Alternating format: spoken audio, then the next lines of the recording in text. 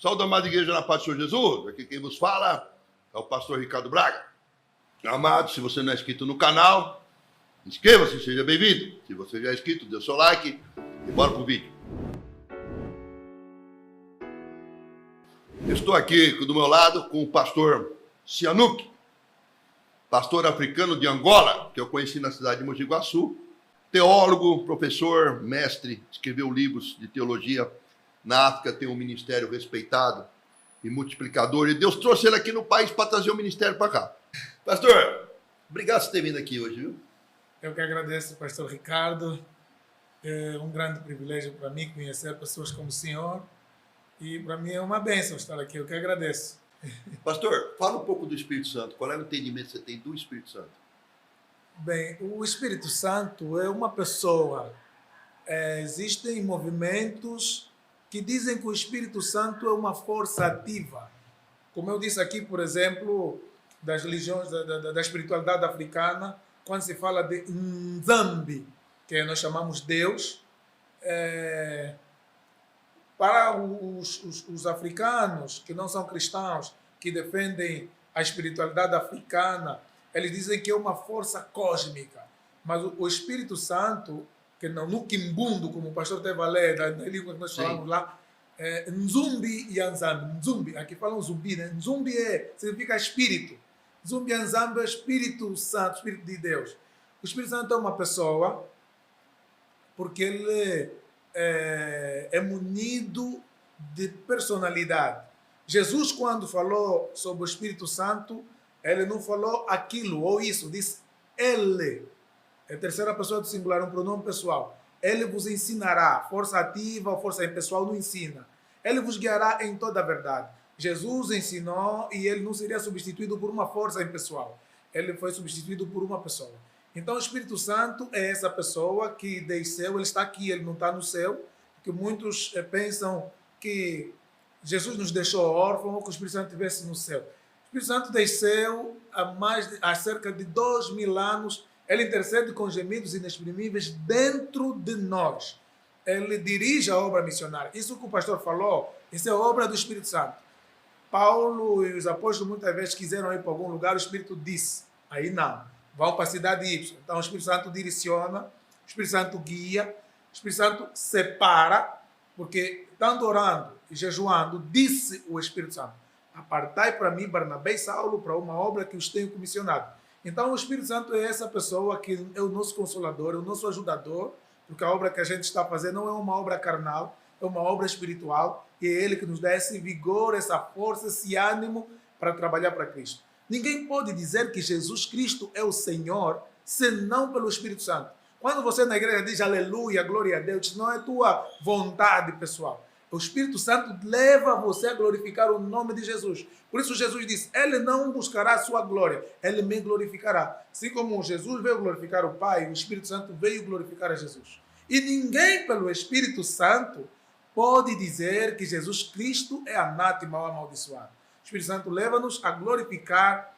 a Jesus. Outra coisa que eu gostaria de salientar é sobre aquilo que falei aqui com o pastor, desse movimento profético, é sobre a blasfêmia contra o Espírito Santo. É que eu ia te perguntar, o que é blasfêmia contra o Espírito Santo? Boa. Dentro do contexto em que se dá o texto que Jesus diz que todo pecado será perdoado ao homem, mas a blasfêmia contra o Espírito Santo não terá perdão, é no contexto em que Jesus, operando uma libertação, então os fariseus e saduceus, inimigos de Jesus, disseram para ele que ele tem Beuzebu, ou seja, ele tem um espírito que é superior aos espíritos demônicos. Na verdade, aquilo era uma encenação. Fingiu que ordena para simular. Isso. E aquilo é que é a blasfêmia contra o Espírito Santo. É atribuir obras do Espírito Santo aos demônios, de acordo com esse contexto. É aí que eu disse, quando é preciso ter muita prudência e discernimento para dizer que uma obra não é do Espírito Santo, porque pode ser que seja.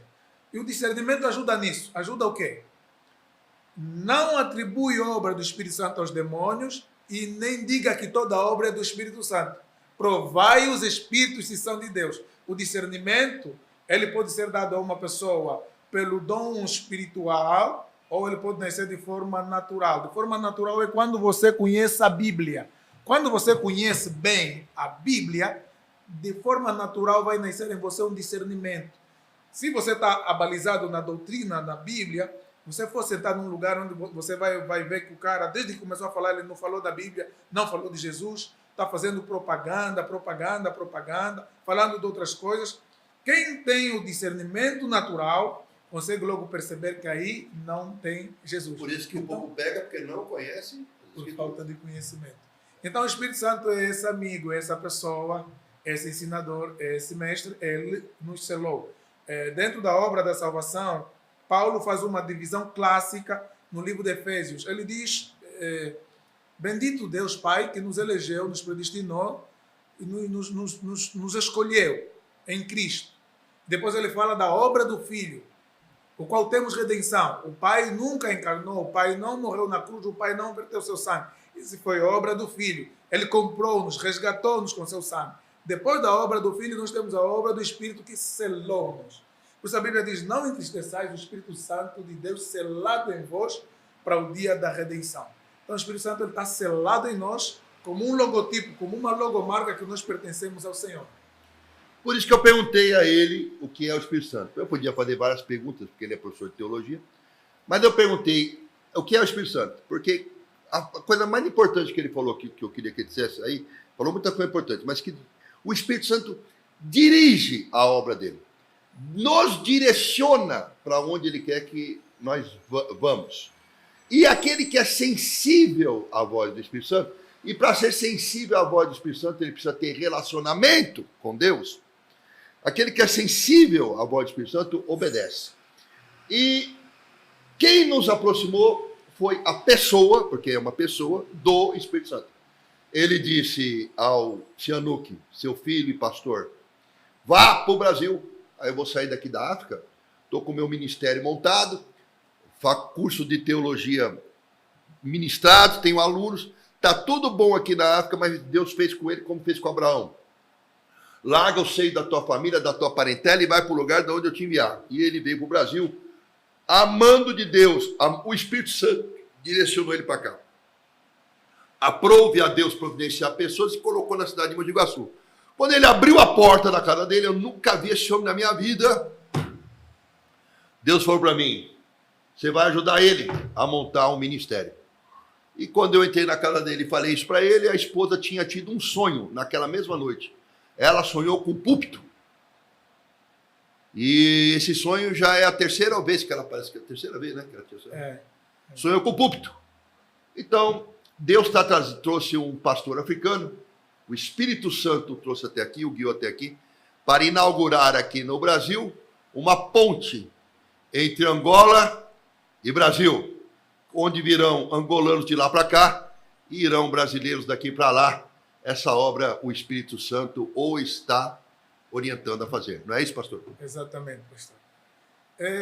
Mas outra coisa que eu gostaria de dizer é o Espírito Santo ele é tão bom que ele coloca as pessoas certas nos lugares certos. Aconteceu mesmo com os espiãs quando foram na cidade de Jericó. Pastor, já é curioso, pastor, não sei se já se perguntou isso uma vez, eu parei e refleti, como é que os espiãs foram logo bater na porta de Raabe, que os acolheu e os escondeu?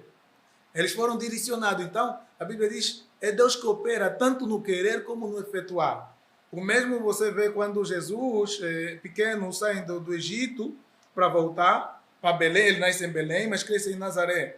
E eles fogem, e ouvindo José, que Arquelau reinava em lugar do seu pai Herodes, temeu, foi para Nazaré. Mas isso aconteceu para que se cumprisse o que estava dito, escrito pelo profeta. E ele será chamado Nazareno. Então significa que há lugares que você vai, você nem sabe, você não conta. Você vai por tentar escapar de alguma coisa, ou vai por alguma ideia tua, mas é Deus que está operando no querer e no efetuar para cumprir algum propósito na sua vida. E foi assim é isso que aconteceu comigo. E aí é o seguinte, aquele que obedece é sábio. Aquele que obedece à voz do Espírito Santo é sábio. E o povo peca porque não conhece as Escrituras. Como ele falou, tem dois discernimentos. Um da pessoa que conhece a palavra e outro é o discernimento que o Espírito Santo dá para a pessoa à medida em que essa pessoa o escuta. E para essa pessoa escutá-lo, ela precisa ter intimidade. Ninguém conversa com quem não é íntimo. E a intimidade com o Espírito Santo vem do ler, obedecer a palavra, e orar e buscar de dia e de noite, vigiar e orar de dia e de noite, praticar, obedecer a palavra de Deus e jejuar, né? E nós temos aqui um irmão, né? Porque eu não... Para mim é meio complicado falar, por exemplo, africano ou brasileiro. Porque para nós somos um povo só. Porque você veja bem, o Brasil encaixa direitinho na costa da África. Se você pegar o mapa do mundo, era unido. E depois foi separado, né? Na Pangeia. Mas na verdade... diretamente em Angola. Diretamente em Angola. Na verdade, nós somos um país só, né?